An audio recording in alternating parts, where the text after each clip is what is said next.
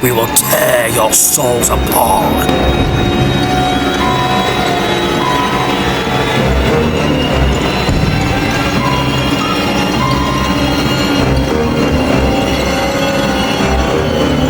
Hello everyone, in today's video, despite I've been talking about the Alien movies so far in this month's horror movie franchise movie month, for a little bit of a change of a mix-up, I'm going to be bringing down both Alien Predator into phases. I already talked about the first 4 Alien Ellen Ripley quadrilogy series. Now I'm going to talk about the first 2 Predator movies in this next video series leading up to Alien vs. Predator. As a kid, there weren't as many Alien Predator movies like it is now. Also, after the first 4 Alien movies and the first Predator movie, both series became anthology. There weren't any follow-up sequels at this point with either series. There's a new Predator movie coming out next month in November. You will see a video of that eventually next month. This movie is directed by John McTiernan, who later went on to write the first Die Hard movie, The Hunt for Red October. You can say he's mostly known for directing Die Hard. Predator is one of those movies where it goes from a basic 80s action war movie and it becomes a horror/sci-fi movie. Just like Alien, another never-ending debate on whether it's horror, sci-fi, or an action movie. To me, it's a mixture of all the above, and it blends in very well. It's horror because it's about a killer predator killing the soldiers. It's sci-fi because the predator came from outer space. Just like the first Alien movie has a little bit of a slasher element, despite this movie and Alien are not slasher movies, but it has that little bit of a format to a slasher movie. The xenomorph Alien had no mask. The predator wears a mask like Michael Myers and Jason Voorhees. You can make the argument debate this is like Alien but done in the jungle. This movie is a badass, high testosterone movie that kicks ass, and it's awesome. One of the greatest, manliest action movies ever made. Yeah! Me and my buddy Wolfman Sam say in our podcast, it's a good junk food movie. That doesn't mean it's necessarily so bad. It's good. It's fun and entertaining to watch. You can tell by the way I'm acting. I'm a big fan of this movie and excited and pumped up in today's video. Yeah! Arnold Schwarzenegger plays Dutch, a soldier who was hired to save hostages, only to find out it was an inside job and a setup. The mission was fake and not what he expected. He seemed like the kind of character that cared for his team, but despite his team may have been the best and trained well, but all their training didn't outsmart the Predator, and they had no idea what they were up against, a big giant alien predator that was hard to kill. Despite Arnold Schwarzenegger was the big star in the lead role around this time in the 80s, when he was making big movies like when he was in Terminator, Commando, Raw Deal, he was a big guy, larger than life. In this movie, he faces an alien predator who was bigger, stronger, and faster than him.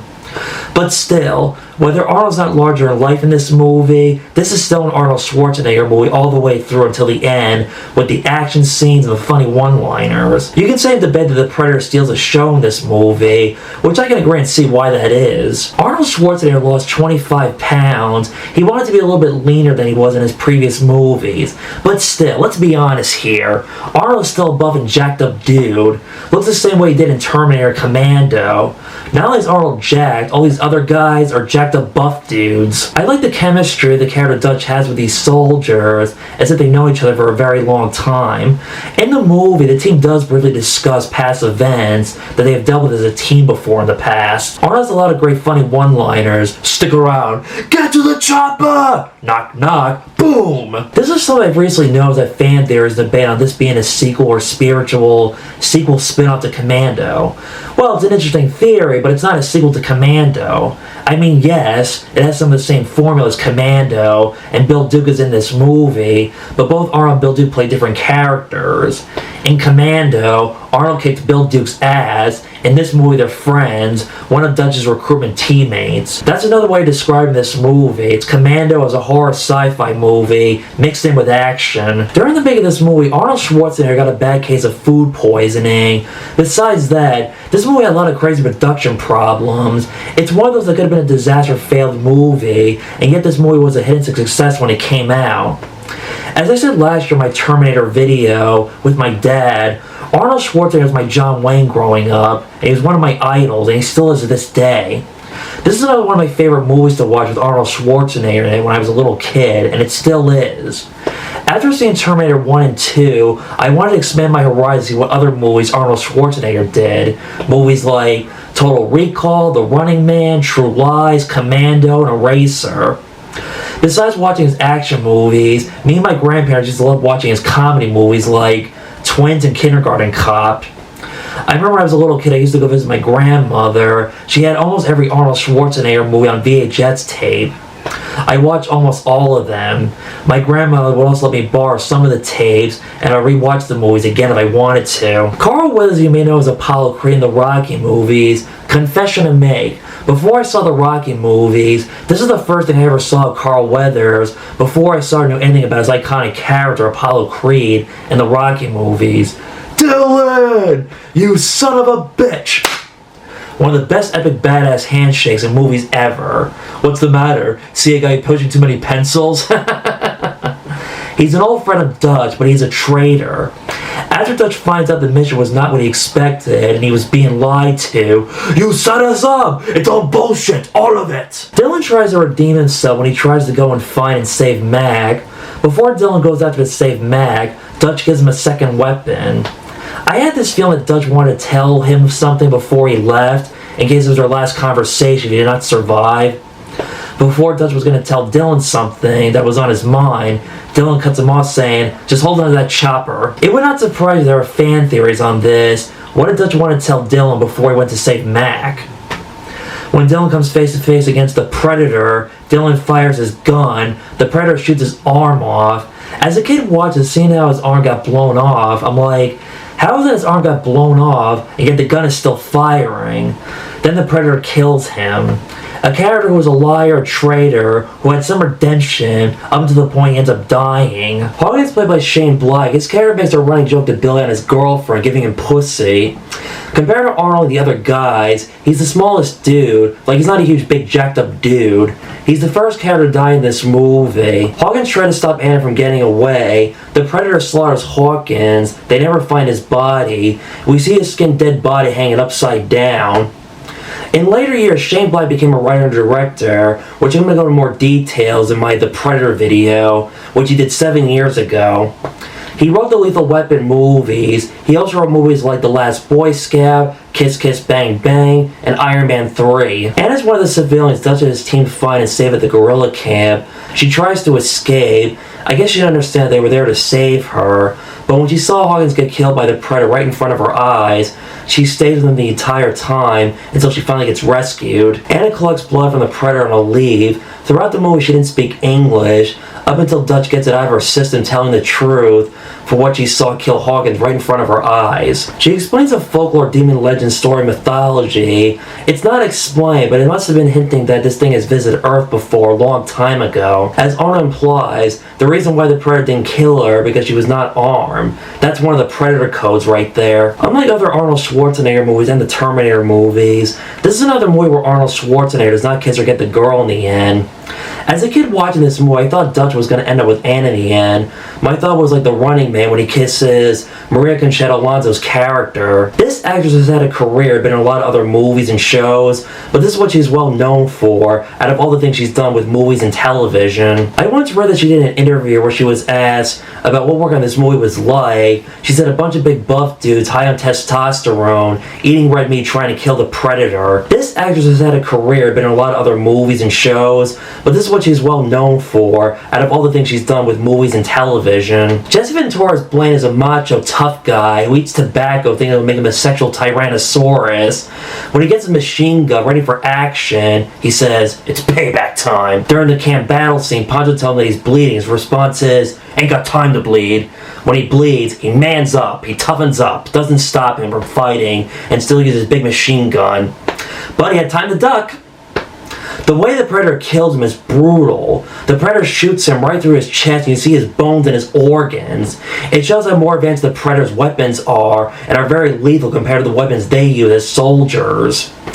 What's ironic about him and Arnold Schwarzenegger being in this movie, the one thing they both have in common is that they both became governors. Arnold Schwarzenegger was governor of California, and Jesse Ventura was governor of Minnesota. Go figure. Two governors in the same movie. Mac, played by Bill Duke, does a good job in this movie. When he finds Blain's dead body, he sees the Predator, shouts at the others to come in, and they just shoot trees. And they have no idea what they are shooting at. After so much shooting, they have this look of confusion of, what did we just try to kill?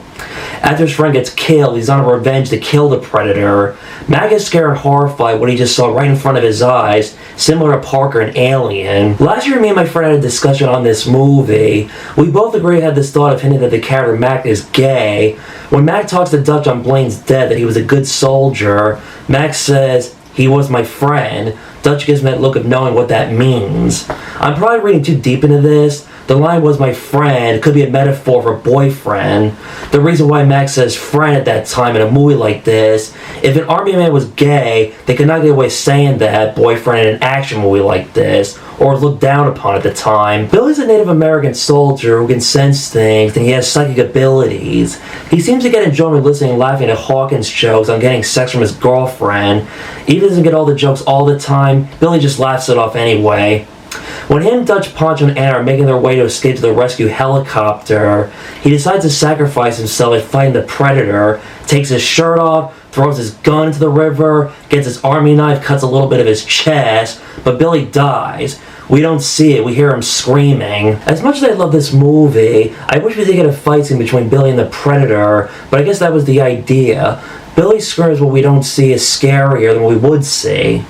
I'm not sure if it was a budget or that was written intentionally in the script that Billy dies off screen. I've seen on like comic books where they show pictures of what could have been an epic fight scene, but we did not get in this movie between Predator and Billy. The Predator rips out Billy's spine as a collection of every one of Dutch's team bones like a trophy. Besides Dutch being my favorite character, Billy's another one of my favorite characters in this movie, and Mac. When Dutch tries to set up a trap to capture the Predator, Poncho gets hit by a tree trunk and he injures his internal organs and his ribs get busted. Besides a lot of the actors getting food poisoned during the making of this movie, the actor who played Poncho had fire ants on his arm that bit his arm. He had just gotten in shape for this movie, was pissed that when he had to hide his bug bites because he didn't want the audience to see his bug bites. He still does a good job in this movie, but he's a simple, straightforward, minor character who's just there. That's about it. Just when it looked like he was going to make it and survive, he gets killed just when Dutch and Anna were close to getting into the rescue helicopter. The Predator turns invisible, camouflages, blending into the environment. For 1987, the invisibility camouflage is cool and well done. It wasn't CGI, I looked it up, where no one can see him. As I said before, we see that the Predator's weapons are very high technology and more lethal than Dutch's and his team's army weapons. He is one ruthless killer. The Predator hunts as a sport. The Predator analyzes human emotions, reactions, and learns how to speak English. As Arnold says in this movie, if he bleeds, we can kill him. It shows the Predator can be killed and die, unlike Michael Myers. After getting shot, the Predator uses his first aid kit, nursing his wounds, shouting in pain and agony. After the Predator kills all of Dutch's men, Dutch misses the rescue helicopter, falls in the river, the Predator jumps in, Arnold gets back because he was covered in mud, the Predator cannot see him. As a kid watches him, I thought, uh-oh, is this the end for Arnold's character? But of course, he doesn't die right here. Arnold sets up booby traps, covers his face in mud in disguise, and goes out to kill the Predator.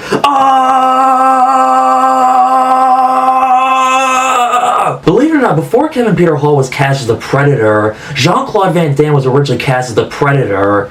During the costume design process, they realized he wasn't taller than Arnold Schwarzenegger. The picture I'm about to show you right here as I edit this video, believe it or not, this is supposed to be the original Predator design. Thank goodness they changed this original Predator design right here. It looks like something out of a sci-fi Bug B movie. So they recast Jean-Claude Van Damme. Even though Jean-Claude Van Damme was flexible and athletic, trained in martial arts, but he did not fit with the producer's needs for the Predator's monster. Lord knows, if they used this original Predator design, this would have been a B movie instead of a classic. Arnold Schwarzenegger recommended Stan Winston for creating the Predator after working on the first Terminator movie. So thank Arnold Schwarzenegger for getting Stan Winston to work on the Predator. The part when the Predator unmasks is cool and Arnold finally sees what he looks like, calls him "You're a one ugly motherfucker." One of the greatest Arnold Schwarzenegger movie lines ever. The Predator fights Arnold with no weapons or his other advanced gadget weapons. He fights him with honor using his fists. Arnold gets his ass kicked, blood is spitting out. It's one of the coolest alien monster designs ever. This costume makeup effect holds up very well today, even in 2025. Just like the xenomorph alien design, the Predator design is another iconic horror alien monster villain. Very vicious villains and monsters. The Predator's one badass motherfucker. When the Predator's kicking Dutch's ass, and Dutch tries to lure the Predator to his booby trap, another famous Arnold movie line right here, "Come on, do it! Come on, kill me, I'm here! Do it! Come on, kill me, I'm here!" The Predator sees the connection, he walks around the trap, then Dutch kicks the tree branch, and the log tree falls right down on the Predator. Boom! Not only was Arnold muscling the Predator, he tried to figure out how to outsmart the Predator. Last year when Carl Weathers passed away, me and my dad and my grandfather watched this movie in memory and tribute to Carl Weathers. My grandfather is no longer with us, passed away this year in June. When we watched this movie together, he asked me, what would I do against a big giant alien predator? I told him, this is fantasy and fiction. In real life, I'm a goner in 5 minutes. Arnold removes the log from the Predator. He is bleeding. He's about to kill him with a rod, but instead he asks him, what the hell are you? The Predator mimics what he says, and he sets off a time bomber. The Predator laughs out loud, accepting defeat in his fate. Arnold runs away and boom. Kevin Peter Hall does have an off-costume cameo in this movie towards the end, playing a guy who flies the helicopter to save Dutch. Just like Beloji Badijo again, I probably said his name wrong, I apologize once again. Kevin Peter Hall is no longer with us. He passed away in 1991 from getting AIDS from a blood transfusion and pneumonia. If he was still alive today, I would have definitely wanted to have met him at a convention. Last year I met Bill Duke at Chiller Theater. He was a very nice, friendly guy to talk to. I told him how much I love The Predator. It's one of my favorite movies. And I also told him about how sorry about the passing of Carl Weathers. He told me that making this film, all the guys he worked on with this film were great and nice people. He told me that Kevin Peter Hall, who played the Predator, was a really nice guy and friendly, and that he was a ballet dancer. I was like, really? Not the first thing that comes to mind when you think of Kevin Peter Hall, who played the Predator in this movie, that he was a ballet dancer before he was an actor. The score by Alan Silvestri is very good, another one of my favorite horror movie scores, and one of my favorite movie scores in general.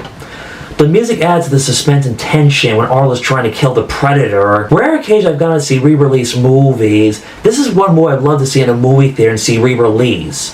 In 1987, I was not around yet, but people told me how they saw us in the movie theaters back in the day when it came out. People were yelling, screaming, applauding, having a good time and a blast, seeing Arnold Schwarzenegger kick the Predator's ass.